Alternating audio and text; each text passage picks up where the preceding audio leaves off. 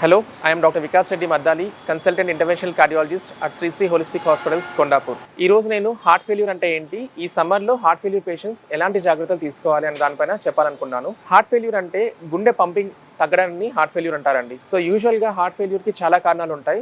Most common cause ఏంటంటే heart attack వచ్చిన వాళ్ళు యూజువల్గా లాంగ్ టర్మ్గా గుండెకి బ్లడ్ సప్లై తగ్గిపోయి పంపింగ్ అనేది తగ్గిపోతుంది అనమాట. సో మోస్ట్ ఇంపార్టెంట్ కాజ్ వచ్చి post heart attack patients heart ఫెయిల్యూర్కి వెళ్ళే ఛాన్సెస్ ఎక్కువ ఉంటాయి. అదే కాకుండా కొందరు క్యాన్సర్ పేషెంట్స్ డ్రగ్స్ వాడడం వల్ల ఆ డ్రగ్స్ కూడా హార్ట్ని ఎఫెక్ట్ అవుతుంది. అది కూడా one of the cause for the heart failure. ఇవే కాకుండా వేరే జెనెటిక్ కండిషన్స్ కానీ ఎక్సెస్ ఆల్కహాల్ కన్సూమ్ చేయడం వల్ల ఇవన్నీ కూడా మనకి various cause of heart failure అంటారనమాట. యూజువల్గా heart failure patients as soon as possible కార్డియాలజిస్ట్ని కన్సల్ట్ చేయాలి. సో కార్డియాలజిస్ట్ కన్సల్ట్ చేసిన తర్వాత 2D-కోలో మనకి గుండె పంపింగ్ అంటే ఎజెక్షన్ ఫ్రాక్షన్ అంటామన్నమాట.